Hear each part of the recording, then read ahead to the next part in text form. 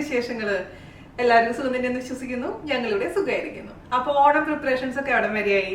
ഞാൻ പറഞ്ഞിട്ടുണ്ടായിരുന്നില്ലേ ഞങ്ങളുടെ ഓണം ഈ ആഴ്ചയാണ്. അപ്പൊ അതിന്റെ തിരക്കിലാണ് ഞാൻ. അപ്പൊ അതിന് മുൻപായിട്ട് നിങ്ങൾക്ക് ഏറ്റവും പ്രിയപ്പെട്ട ഒരു റെസിപ്പി ആയിട്ടാണ് ഞാൻ വന്നിരിക്കുന്നത്. അതായത് നമ്മുടെ അടപ്രഥമന്റെ അട എങ്ങനെയാണ് വീട്ടിൽ തയ്യാറാക്കാമെന്ന വീഡിയോ ആണ് കൊണ്ടുവന്നിരിക്കുന്നത്. അപ്പൊ ആ അട വെച്ച് തയ്യാറാക്കിയിരിക്കുന്ന അടപ്രഥമന് ഞാൻ കാണിക്കാം. അടപ്രഥമന് ഡീറ്റെയിൽ ആയിട്ടുള്ള വീഡിയോ ഞാൻ ഓൾറെഡി 2 വർഷം മുമ്പ് പോസ്റ്റ് ചെയ്തിട്ടുണ്ട്. ആ വീഡിയോ കാണാൻ മറക്കരുത് കേട്ടോ.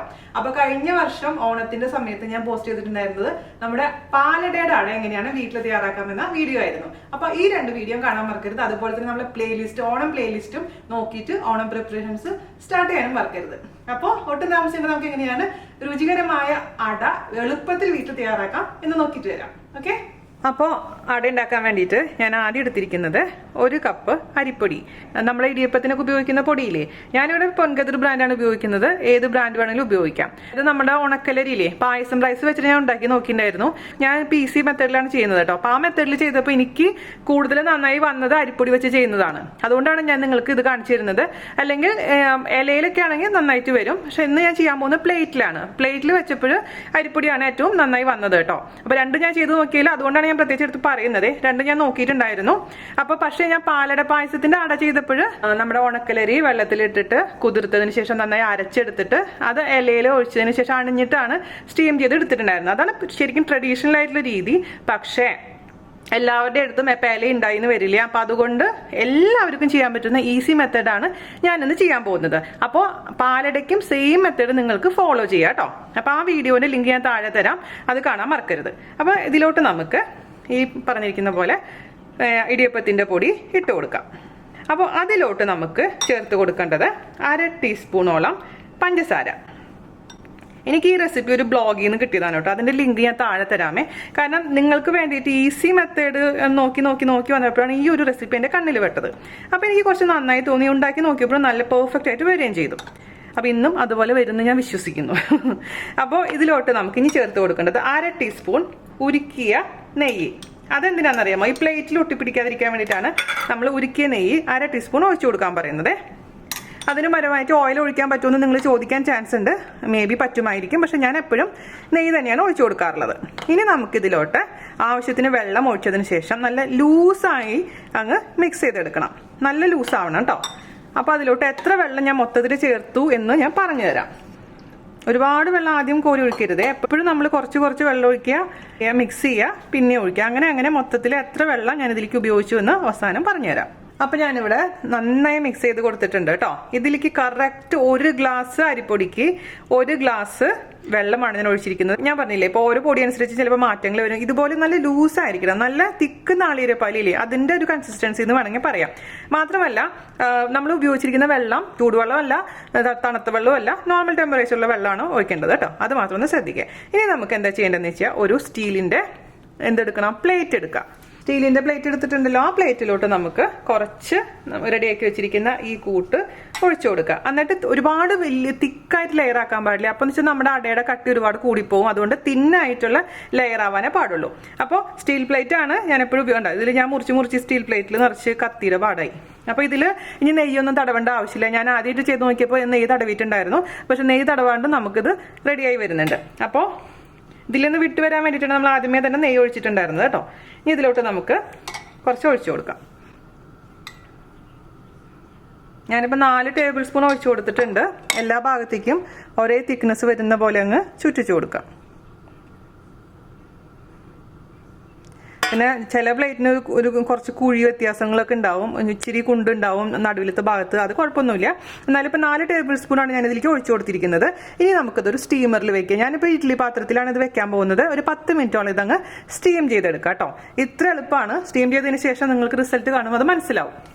അപ്പം ഞാൻ ഇഡ്ഡലി തട്ടിലോട്ട് നമ്മുടെ പ്ലേറ്റ് വെച്ച് കൊടുക്കുകയാണ്. നമുക്കിത് അടയ്ക്കാം. അപ്പം ഞാനിവിടെ ഹൈ ഫ്ലെയിമിലാണ് തീ വെച്ചിരിക്കുന്നത്. 5 മിനിറ്റ് നമുക്ക് നോക്കാം. 5 മിനിറ്റ് കഴിഞ്ഞിട്ട് റെഡി ആയിട്ടില്ലെങ്കിൽ വീണ്ടും അടച്ചു വെച്ചിട്ട് 5 മിനിറ്റും കൂടെ കുക്ക് ചെയ്തെടുക്കാം. അപ്പം എനിക്ക് എത്ര സമയം എടുത്തു എന്ന് കറക്റ്റ് ആയിട്ട് ഞാൻ പറഞ്ഞുതരാം കേട്ടോ. അപ്പൊ 7 മിനിറ്റ് ആയിട്ട് ഇത് റെഡി ആയിട്ടുണ്ട്. നമുക്ക് പുറത്തേക്ക് എടുക്കാം. അപ്പൊ വേറെ 2-3 പ്ലേറ്റ് ഉണ്ടെങ്കിൽ നിങ്ങൾ ഇത് എടുക്കുമ്പോഴേക്കും അടുത്ത പ്ലേറ്റ് റെഡി ആക്കിയത് ഇതിലേക്ക് വെച്ച് കൊടുത്താൽ മതി. അങ്ങനെ പെട്ടെന്ന് നമുക്ക് ഇത് റെഡി ആക്കി എടുക്കാം. എപ്പോഴും എടുക്കുമ്പോൾ ശ്രദ്ധിക്കണം കേട്ടോ, കൈ ഒന്നും പൊള്ളിക്കരുത് കേട്ടോ മക്കളെ. ഓണായിട്ട് അപകടങ്ങളൊന്നും വരുത്തി വെക്കരുത്. ഇനി ഇത്രയും ചൂടുള്ള സമയത്ത് നിങ്ങൾ മുറിക്കാൻ പാടില്ല. ഇതിന്റെ ചൂടൊന്നും അറിയതിനു ശേഷം മാത്രം മുറിച്ചെടുക്കാം കേട്ടോ. അപ്പോൾ ഞാനിവിടെ ചൂടാറിയതിന് ശേഷമാണ് മുറിക്കാൻ പോകുന്നത്. അപ്പോൾ അടപ്രഥമന്റെ അടയുടെ വലിപ്പം അറിയാലോ. നിങ്ങൾക്ക് വലിപ്പം കുറവ് മതി എന്നുണ്ടെങ്കിൽ വലിപ്പം കുറച്ചെടുത്താൽ മതി കേട്ടോ. പിന്നെ ഈ പ്ലേറ്റിന്റെ ഒരു കുഴപ്പമെന്ന് വെച്ചാൽ ഈ ഭാഗത്ത് ഇച്ചിരി കുഴി വ്യത്യാസമുണ്ട്. അതുകൊണ്ട് ഇവിടെ ഇച്ചിരി തിന്നായിട്ടുണ്ട്, ഇവിടെയൊക്കെ നല്ല പെർഫെക്റ്റ് ആയിട്ടുണ്ട് കേട്ടോ. അപ്പോൾ നമുക്കതങ്ങ് മുറിക്കാം.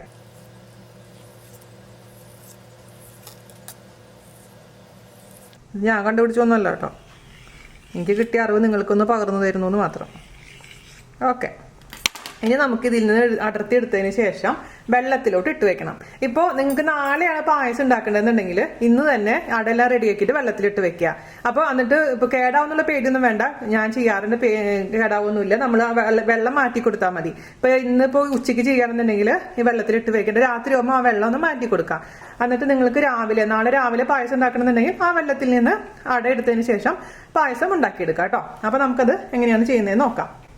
കൂടുതൽ ദിവസം ഇരിക്കണമെന്നുണ്ടെങ്കിൽ ഫ്രിഡ്ജിൽ വെച്ചാൽ മതി. മാത്രമല്ല നിങ്ങൾക്ക് ഇതുപോലെ റെഡിയാക്കിയതിന് ശേഷം ഒന്ന് വെയിലത്ത് വെച്ചിട്ട് ഉണക്കി എടുക്കുകയാണെങ്കിൽ നമ്മൾ പുറത്തുനിന്ന് വാങ്ങിക്കുന്ന അടപ്രഥമന്റെ അട പോലെ തന്നെ കിട്ടും. അപ്പോൾ വെള്ളം എടുക്കുക, വെള്ളത്തിലോട്ട് നമുക്ക് ഓരോ പീസ് എടുത്ത് അങ്ങ് ഇടാം. ഇത് ഇച്ചിരി തിന്നായ ഭാഗമാണ് കേട്ടോ. ഇതാണ് നമുക്ക് വേണ്ട കൺസിസ്റ്റൻസി എന്ന് പറയുന്നത്. വലിപ്പം ഞാൻ പറഞ്ഞ പോലെ കൂട്ടുകയോ കുറയ്ക്കുകയോ ചെയ്യാം ഇതിന്റെ സ്ക്വയറിന്റെ വലിപ്പം. അപ്പോൾ ഇതുപോലെ നല്ല ഗ്ലേസിംഗ് ആയിട്ടുള്ള സോഫ്റ്റ് ആയിട്ടുള്ള അട നമുക്ക് ഈസി ആയിട്ട് ഉണ്ടാക്കിയെടുക്കാം. അപ്പോൾ ഇതെല്ലാം ഞാൻ ഇതിലേക്ക് അങ്ങ് ഇട്ട് കൊടുക്കുകയാണേ. എടുക്കാനും എളുപ്പമാണ്. സ്റ്റീൽ പ്ലേറ്റ് ആകുമ്പോൾ അതാണ് ഗുണം. നിങ്ങൾക്ക് ഒരു സ്റ്റീൽ പ്ലേറ്റ് വേണമെങ്കിൽ വാങ്ങിച്ചോട്ടോ, ഇതെന്തായാലും ഉപകാരപ്പെട്ട ഒരു സംഭവമല്ലേ.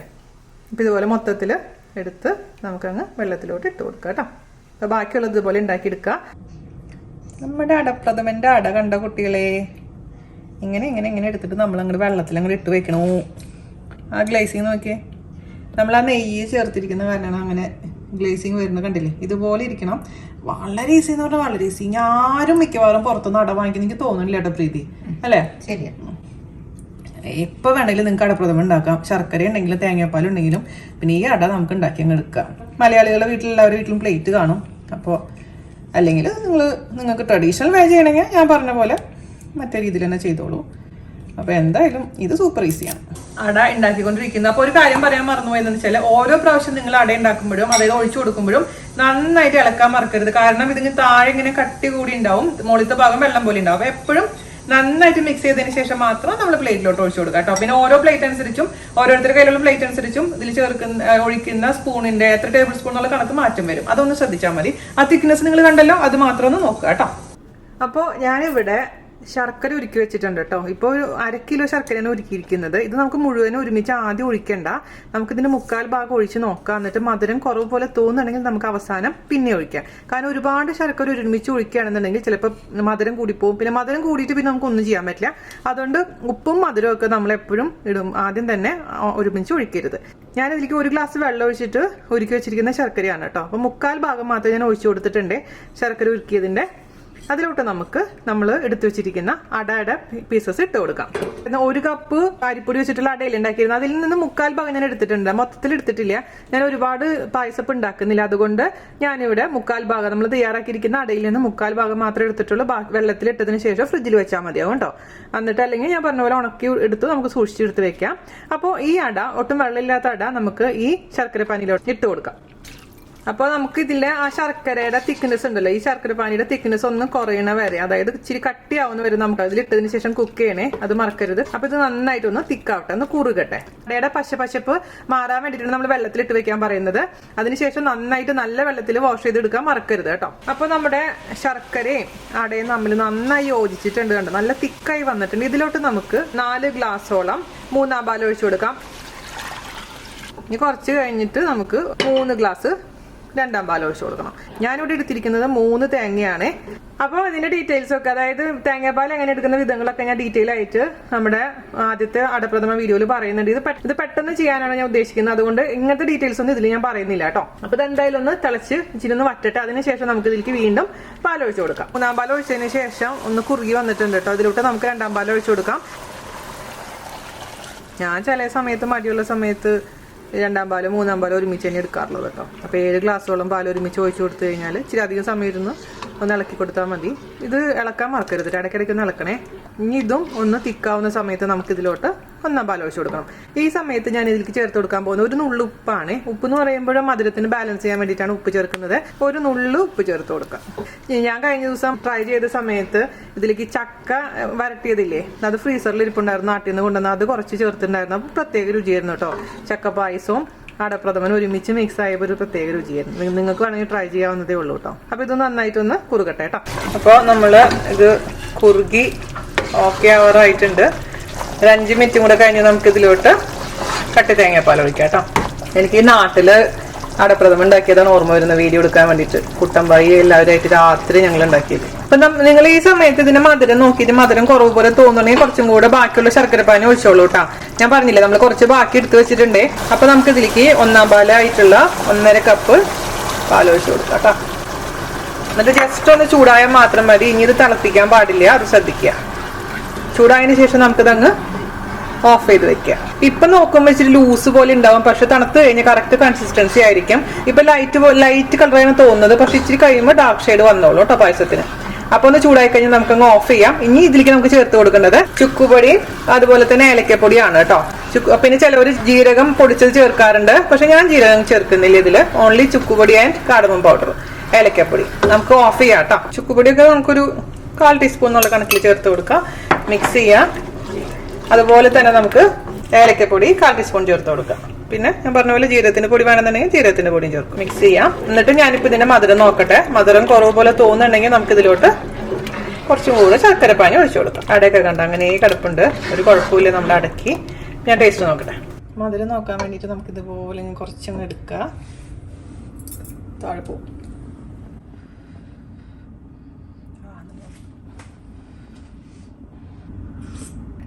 അടിപൊളി, കറക്റ്റ് മധുരം കൊതിപ്പിക്കല്ലേ, നന്നായിട്ട്. അപ്പൊ എനിക്ക് ശർക്കര 400 ഗ്രാമേ വേണ്ടി വന്നിട്ടുള്ളൂ കേട്ടോ. പക്ഷെ ഓരോ ശർക്കര അനുസരിച്ച് മധുരം വ്യത്യാസം വരെ, അതെപ്പോഴും നിങ്ങൾ നോക്കിക്കോളൂ. ഇനി നമുക്ക് ഇതിലേക്ക് അണ്ടിപ്പരിപ്പും അതുപോലെ തന്നെ പിന്നിട്ടുള്ള തേങ്ങക്കൊത്തും വറുത്തിടാം. കിസ്മിസ് ഞാൻ വറുത്തിടുന്നില്ല കേട്ടോ. നിങ്ങൾക്ക് വേണമെങ്കിൽ കിസ്മിസ് വറുത്തിടാം. ഞാനപ്പോൾ അതിലേക്ക് ഒരു ടേബിൾ സ്പൂണോളം നെയ്യ് ചേർത്ത് കൊടുത്തിട്ടുണ്ട്. അതൊന്ന് മെൽറ്റ് ആവട്ടെ. മെൽറ്റ് ആയി കഴിഞ്ഞാൽ അതിലോട്ട് കുറച്ച് തേങ്ങക്കൊത്ത് ചേർത്ത് അതൊന്ന് റോസ്റ്റ് ആവുന്നവരെ, അതായത് ഗോൾഡ് കളർ ആവുന്നവരെ ഒന്ന് ഫ്രൈ ചെയ്തെടുക്കാം. മീഡിയം ഫ്ലെയിമിലാണ് ഞാൻ തീ ഓൺ ചെയ്ത് കൊടുത്തിരിക്കുന്നത് കേട്ടോ. തേങ്ങക്കൊത്ത് ഞാൻ ഒരുപാടൊന്നും എടുത്തിട്ടില്ല, കുറച്ചിട്ട് കൊടുക്കുകയാണ്. ഇതേപോലെ രീതിയിലാണ് തേങ്ങക്കൊത്ത് അടപ്രഥമന് വേണ്ടിയിട്ട് മുറിക്കേണ്ടത് കേട്ടോ. ഗോൾഡ് കളർ ആയിട്ടുണ്ട്, നമുക്ക് പായസത്തിലോട്ട് ഒഴിച്ചു കൊടുക്കാം. ഇപ്പൊ നെയ്യിലോട്ട് കുറച്ച് അണ്ടിപ്പരിപ്പ് ഇട്ട് കൊടുക്കാം. കിസ്മിസ് വേണമെങ്കിൽ അണ്ടിപ്പരിപ്പ് വറുത്തതിന് ശേഷം കിസ്മിസ് വറുക്കാം കേട്ടോ. അപ്പൊ നമ്മുടെ അണ്ടിപ്പരിപ്പും ഗോൾഡ് കളർ ആയിട്ടുണ്ട്, അതിലേക്ക് ഇട്ട് കൊടുക്കുകയാണ്. 2 മിനിറ്റ് അടച്ചു വെക്കാം നമ്മുടെ പാത്രം. അതിനുശേഷം സെർവ് ചെയ്യാം. അപ്പൊ നമ്മുടെ പായസം റെഡിമണി ആയിട്ടുണ്ട് കേട്ടോ. സൂപ്പർ ആയിട്ടുണ്ട്. കൺസിസ്റ്റൻസി കണ്ട ഇതേപോലെ ഉണ്ടായിരിക്കണം. പിന്നെ ഞാൻ പറഞ്ഞില്ലേ, ഇവിടുത്തെ അടുക്കളയിലത്തെ കളറ്, ഇത് ക്യാമറയിലത്തെ കളർ അല്ല, ശരിക്കുള്ള കളർ കുറച്ചും കൂടി ഡാർക്ക് ഷെയ്ഡാണ്. ഇതിപ്പോ കുറച്ച് വെളുത്ത പോലെ തോന്നിക്കുന്നത്. അപ്പൊ നമുക്ക് പ്രീതിക്ക് കൊടുക്കാം. എങ്ങനെ ടേസ്റ്റ് ഒന്ന് ചോദിക്കാം, എന്തൊക്കെ കുറവുണ്ടെന്ന് ചോദിക്കാം. പ്രീതി കഴിച്ചിട്ട് പറയട്ടാ, എന്തെങ്കിലും കുറവുണ്ടോ? മധുരം കറക്റ്റ് ആണോ? അപ്പൊ നിങ്ങക്ക് ധൈര്യമായിട്ട് ട്രൈ ചെയ്യാം. അപ്പൊ എല്ലാവരും തയ്യാറാക്കി നോക്കുക. ഈ ഓണത്തിന് നമ്മുടെ സ്പെഷ്യൽ ആയിട്ട് വീട്ടിൽ ഉണ്ടാക്കിയിട്ടുള്ള അട വെച്ചിട്ട് അടപ്രഥമൻ ഉണ്ടാക്കിയിട്ട് ഫീഡ്ബാക്ക് പറയാൻ മറക്കരുത്. നിങ്ങളത് ഉണ്ടാക്കി നോക്കുമ്പോൾ നിങ്ങൾ മനസ്സിന് ഒരു സന്തോഷം തോന്നും. കാരണം എന്റെ കൈ കൊണ്ട് ഉണ്ടാക്കിയ അട കൊണ്ട് ഞാൻ ഉണ്ടാക്കിയല്ലോ എന്ന് പറഞ്ഞിട്ട്. അതുപോലെ നമ്മൾ പാലടയുടെ വീഡിയോ കാണാൻ മറക്കരുത്. നമ്മുടെ വീട്ടിലുണ്ടാക്കി അട വെച്ച് ചെയ്ത പാലട പായസം. അപ്പൊ എല്ലാവർക്കും ഒരു നല്ല ഓണം ആശംസിക്കുന്നു. അപ്പൊ അടുത്ത അടിപൊളിയായിട്ടുള്ള റെസിപ്പി ആയിട്ട് വരുന്നവരെ നന്ദി, നമസ്കാരം. Thank you.